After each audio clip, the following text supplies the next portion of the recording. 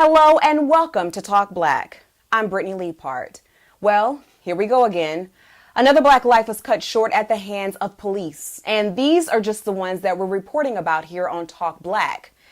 This time the victim is 23-year-old Corinne Gaines from Baltimore, Maryland. The nearly 6-hour standoff began when officers tried to serve a warrant on Gaines, who had failed to appear in court for charges relating to a March traffic stop that ended in her arrest. Police were also at the residence to serve Gaines' boyfriend Kareem Courtney with a warrant for assaulting Gaines. He left the house with a 1-year-old after being served and, according to court documents, has since been arrested over drugs that were found in the apartment. According to police officials, when no one answered the officers' knocks, they gained partial entry with a key provided by property management and kicked through the door that was secured with a safety chain. Upon entering the door, officials say they found Gaines sitting on the floor with a shotgun while holding her 5-year-old son. According to the Baltimore County Police Chief James Johnson, around 3 p.m., Gaines brought the weapon up to the ready position and announced to one or more of the tactical team personnel, "If you don't leave, I'm going to kill you." Instead of leaving, the officer fired and Gaines shot back. Chief Johnson says that their personnel returned 3 rounds of fire, striking and killing Gaines.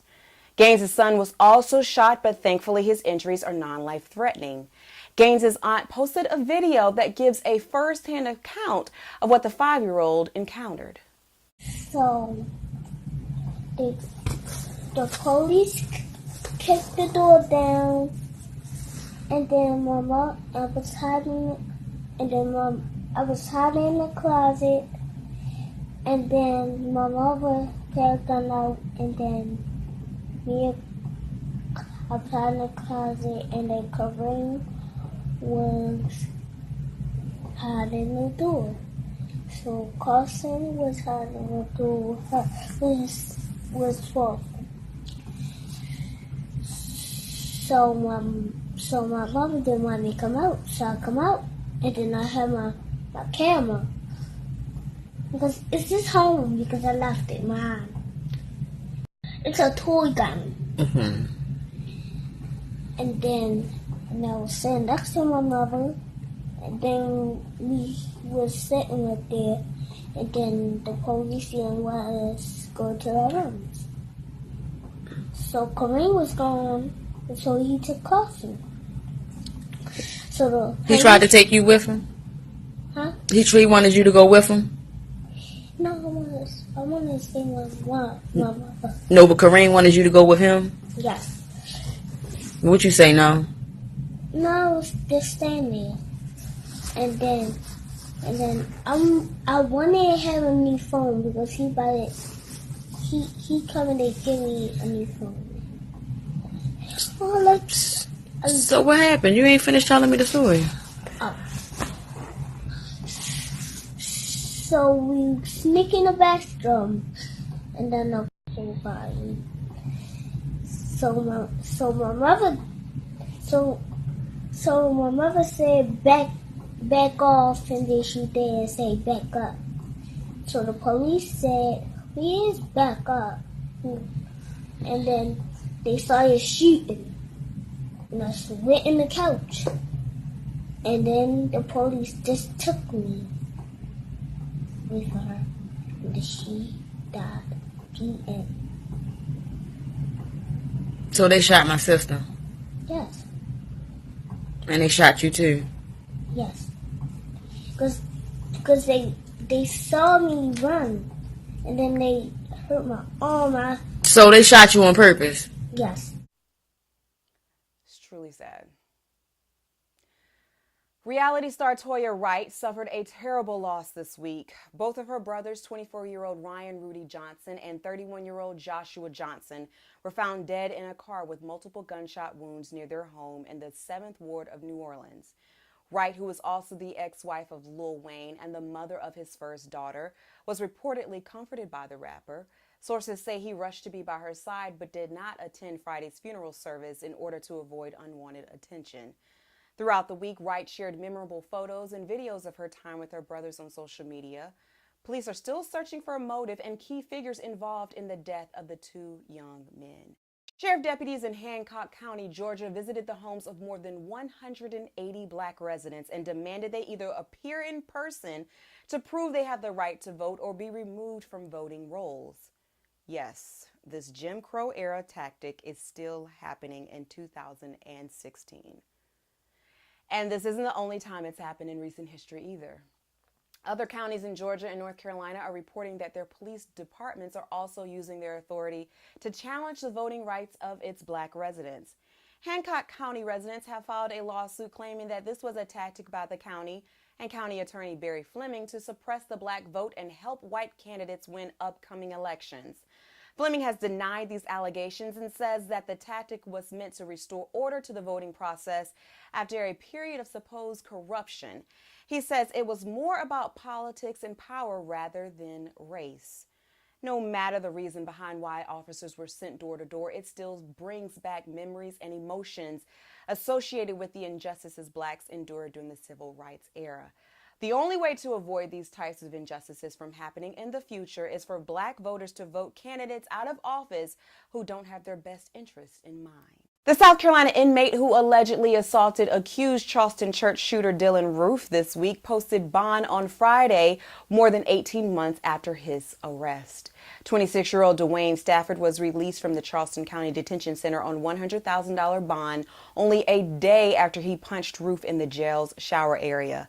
The individual or individuals responsible for posting his bond are not known, but a GoFundMe account was set up by Stafford's fans to donate to his jail commissary. You can find that link below. It's like I'm just kidding. As you will recall, Roof is accused of shooting and killing 9 Charleston churchgoers after praying with them for over an hour at their church Bible study. The 2016 Olympics in Rio are off to an amazing start after the opening ceremony was held Friday night. The United States was the first to take home gold as shooter Jenny Thrasher pulled an upset in the women's 10-meter air rifle event Saturday morning. At the time of this taping, the U.S. is tied with Italy and China with a total of 7 medals. We have 1 gold, 5 silver, and 1 bronze. Go Team USA!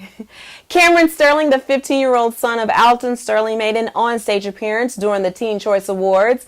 He was a part of a segment that highlighted teens affected by senseless gun violence throughout our nation.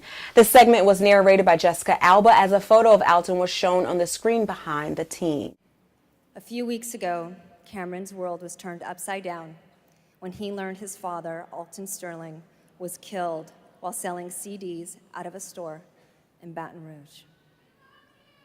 Tonight, we stand together with these teens. A Today Show segment is causing quite a stir on social media. The segment was on easy and effortless summer hairstyles, and in the name of inclusion and diversity, the Today Show had an African-American woman as one of the models. All was going so well until the segment's presenter and stylist was faced with textured hair.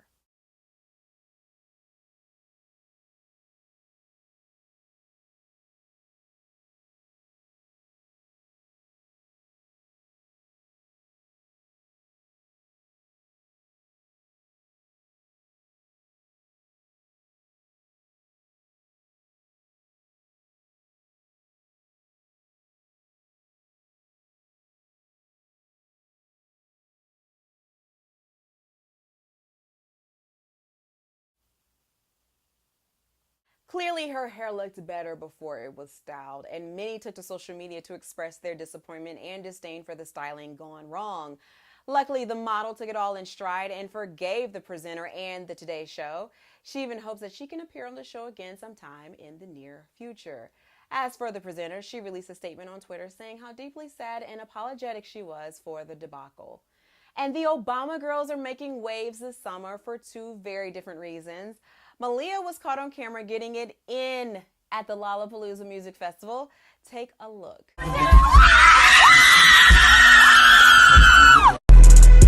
Hold up, way up, way up, way up, way up. Way up, way up, way up, way up. Hold up, way up, way up, way up. Stand up in the motor, bust the dashboard. Stand up in the motor, bust the dashboard. Hold up, way up, way up, way up, way up. Way up, way up, way up, way up. Candles burning, money burning, graveyard, these niggas. I guess you're you're allowed to party it up this summer after you graduate high school, you get accepted into Harvard, and you spent the last 8 years of your life in the public eye. And her sister Sasha is using her summer vacation to make some extra money. According to the Boston Herald, Sasha is working the takeout window at Nancy's, a seafood restaurant on Martha's Vineyard.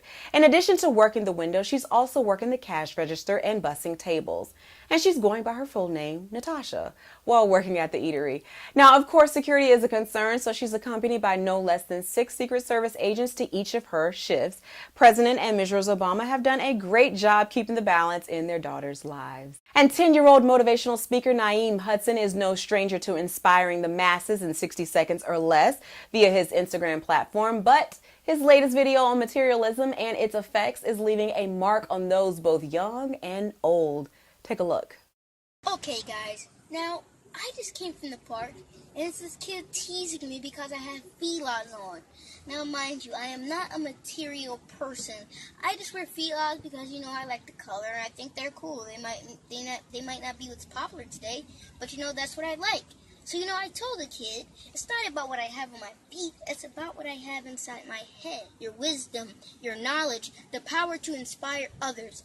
And parents, please don't raise your children like the materialistic type, because, you know, once they don't have Jordans on or cool clothes, they're going to feel like they're not important. How amazing it is to see the next generation rising up and thinking like the young kings and queens they are. Well, that's it for this week's edition of Talk Black. Remember, in order for us to see the change, we must be the change. Have a great week, everyone.